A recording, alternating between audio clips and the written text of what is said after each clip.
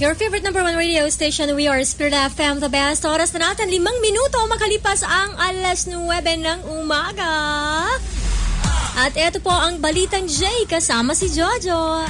Good morning, gandang Ricky. Good morning. Gandang umaga. Gandang umaga. Maganda pa tayo sa umaga, Jojo. Grabe. Kasi Friday na naman. Oo, November 26 na. Uy, tapos sa Lunes, walang pasok. Ay, God. Tapos diba? Tuesday, may pasok na.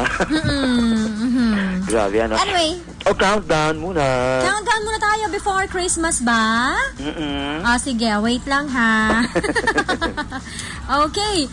Ang countdown before Christmas ay 28 days, 14 hours. 54 minutes and 4 seconds.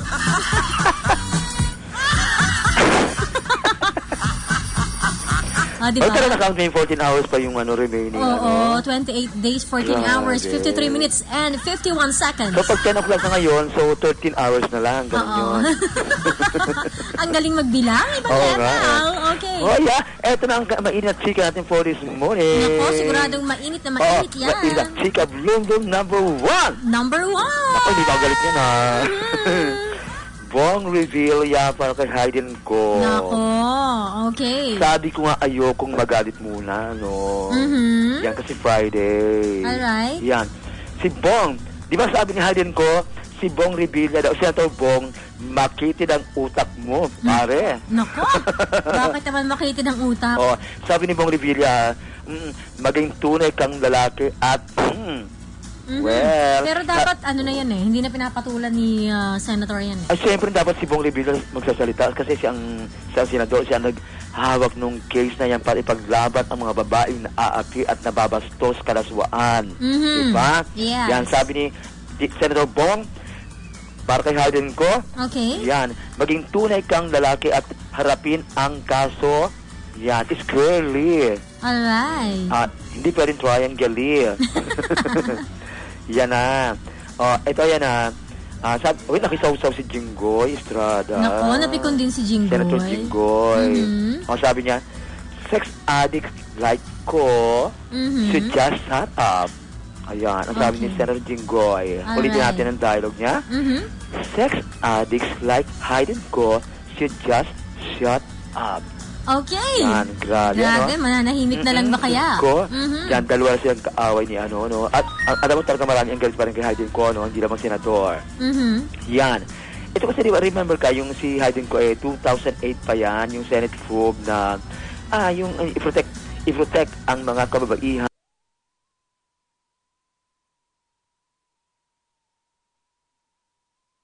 na binababoy na katulad ni Hayden ko. Alright. Sabi ni Senator Bong, edukadong tao si Hayden ko, sana magkaroon daw naman ng decency. Tama. Nakaka-disappoint daw kasi ng ganitong tao nandyan. Tapos ngayon, meron siyang bagong pabango. Oo nga, bro. Bibili ka ba ng pabango ni Hayden ko? Hindi na lang, panlalaki yata.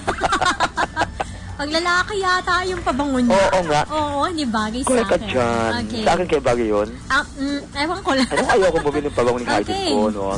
At tapos sabi niya, hindi dapat agad na yung kalimutan ang mga pinagagawa ni Hayden ko. Hindi ganun kadaling kalimutan yon. Sabi ni Senator Bong, ba't ang mga Pinoy, marami sa atin nga naman, ang daling makalimot. Hindi na agad na natatandaan yung mga pinagagawa ni Hayden ko nung araw kung ano ginawa sa mga babae. Pero tingin mo, may point ba? Meron ba rin kasalanan dyan yung mga girls? Yung kinakanta ko yan, ako na wala ng boses. Talaga? Oo, yung kinanta ko yan dati, before my birthday. Uy, Ricky, may tanong ko sa'yo. Ano yun? May kasalanan na ba dyan yung mga girls na na-involve kay Hayden ko sa mga pangyayari Kasi dapat nag-iingat sila, di ba? Correct ka dyan. Pero una-una, hindi naman alam ng mga girls na yun. Oo. Tanong ko sa iyo. Pinagagawa niyang si Hayden ko. Question ko sa iyo, Ricky. Napanood mo ba yung mga video na yan, ha? Parang. Kaloka. Ang napanood ko lahat. Ay, lahat? Pero mas believe ako kay Kanino? yung isa doon. Kasi di ba ang tahimik niya ngayon? Oo. Pero sikat siya, in fairness. At ang ganda sa immortal ng lola mong yan. Talaga? Ay, kilala ko na siya. Diba? Yun ang point ni... babanggitin na name, huwag na lang. Sige. Si M na lang. Si Si M, o si MR, hindi man lang siya umimik noon, di ba? Parang as in wala nangyari. Ito naman si KH, ingay na ingay. Ngayon, siya ang masyadong na siya masyadong nasadlak sa duda. Pero yung isa parang medyo sumikat palalo, Super, ang ganda ng lola mo, Oo, Pwedeng vampira, pwedeng lobo. Okay. Kaya sabi nga ni Senator Bong, we should not forget how Hayden Co violated the woman's rights and probably more. Dapat ituloy ang parusa dyan. Okay. Yan. Sabi pa niya, sabi ni Hayden ko pala kay Senator Bong, Senator Bong Revilla should stop being bitter. Sino bang bitter? Oo nga. Sino ang bitter? Sino mapait? Baka siya yung bitter. Saan ba taga rin bitter? Okay. Taga rin bitter. Mapait, bitter. Mapait. Yan. So, sino ang bitter? Alam mo ba yung bitter melon? Hindi. Yung oo nga, Alright. Kasi raw, pinatawag na raw siya ng mga tao, sabi ni Senator Bong, pero dapat hindi gano'n. I-accept dapat daw grabe itong si Hayden ko, ang mga dialogue kay Senator Bong. Oo. Dapat daw, maging matino itong si Senator, ko naman, itong dalawang to. Sino bang matino sa dalawa? Siyempre, si Senator Bong. Correct ka dyan. Ay, nako, ewan. Okay. Tanong mo na kay kay Dr. Bello. Alright. Chika Bloom number 2. Number 2. Uy, meron si Jeneline Mercado na wala ang ibang babaeng nalik kay Dennis Trillo. Ay, bakit? Oo, kasi daw, itong si Dennis Trillo, masyadong haling na haling daw kay Jeneline Mercado.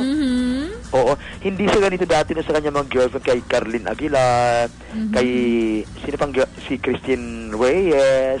Yan, hindi ganyan ang style daw ni Dennis Trillo. Alright. Oo, yan. At saka dati kasi hindi raw marunong manindigan si Dennis Trillo at hindi marunong makipaglaban. So ngayon daw, talagang pinanindigan niya si Jeneline Mercado at pinaglalaban na si Jeneline. At ako natakot daw si Dennis Trillo na mawala si Jeneline Mercado. Oo, kasi di ba si Jeneline may sakit daw sa puso. Talaga? Alam mo nung Sen Hospital, alam mo kasi nag-alaga kay Jeneline? Sino? Si Dennis. Ganon? Natataranta daw siya pag may sakit daw si Jeneline Mercado. Ano kaya ang meron si Jeneline? Ano nga kaya? Sige, tanong natin I-check natin mamaya. Oo, why not? Parang alam ko na anong meron si Jeneline Mercado. Bakit? Malay mo maalaga siya, di ba? Nino? Maalaga si Jeneline. Siguro nga. Ba't si Mark Heras? Baka yun talaga si Mark Heras, hindi makontento ka, di ba? Malay mo lang, malay mo. Dennis Trillo very vocal sa pagsabi na mahal niya si Jeneline. Wow! At hindi niya tinatago ito. Ipinagsisigawan pa niya sa buong mundo na mahal niya si Jeneline Mercado. Ano kaya namang say dyan ni Patrick? Ay, nako, ako mag-say dyan. Parang nawala na siya sa no? Kasi naman, pagka lalaki, panindigan mo kung anong ginawa mo sa babae. Tama, At hindi lang sa babae. Kahit kanina, panindigan mo kung anong ginawa mo sa kanila. Yung iba nga, itinatago di ba? O, di ba? Masakit sa girl yon. Ayan, nangyari kay Patrick kasi kay Jeneline nung araw, no? Oo, kaya lang syempre, hindi maitatago ni Patrick na may anak siya kasi nasa show business sila. Oo naman, pero ang point nung araw, nung una, hindi man aminin ni Patrick kasi na anak niya yung kay Jeneline. Ito naman Jeneline ngayon, so parang, sige, move on na tayo para masaya. Pero natagalan din para bago tanggapin ni Jeneline itong mga kaiklabuhan ni Patrick Garcia. Yan. Yan, ang Chika Bloom number 2. Okay, number 2 yan. Number 3 pa ba? Bonus natin. Sige, number 3. Dahil Friday. Kim Chu. Pinagtatawanan lang ni Kim Chu ang breakup nila ni Gerald Anderson. Wow. Ano bang breakup? May umamin ba sila? Yan sinasabi ko Naku. Ngayon, dati kasi parang basang sisi daw si Kim pag pinausapan yung tungkol sa kanila Gerald Anderson. So ngayon talagang ngiti, ever, ang lola natin. Ang saya-saya. Uy, may bago siya manliligaw. Dalawa pala. Alright. Si Enchong D. At saka si Jason Avalon. Diba? Ang dami-dami niya ng suitors. Oo. Si si Long Mejia. Sabi ni Long Mejia? Oo nga, ang haba ni Long. Okay. Sabi ni Kim Chu, kalimutan na natin nakaraan kasi issue lang yan nung araw. Pasay na yan. Ang importante ngayon. Alright. Uy, ang lola mo magbabakasyon this Christmas. Siya lang mag-isa sa ibang bansa. Ang sarap ng buhay. Grabe. Maraming pera Oo. Sigurado ka bang siya lang mag-isa? Solo lang siya talaga, ever. Kahit kamag-anak niya kapatid, wala siya lang. Okay. Yan po ang Chika Bloom number 1, number 2, and number 3. Babalik tayo para sa Say No Seiko at Blind Item. Naku, nakakaloking ang ating blind item. Okay, sige, abangan natin yan mga best sige. friends. Upo muna ako habang ako'y iinom ng... Anong masarap inumin ngayon? Para malis ang aking balat. Hindi naman, mahirap uminom pag morning ng pineapple juice eh. Ayoko maasim. Ano gusto mo? Coffee na lang. Coffee na lang, dear. Na naman? Coffee na mayroon tsaa. Yes. Yan, yun na yun. Para malis ang aking balat. Alright. Oras na natin, 15 minutes after 9 in the morning. Time to move on to this song from Christian Bautista, Afraid for Love to Fade. Dito lang yan sa Spirit FM, the best.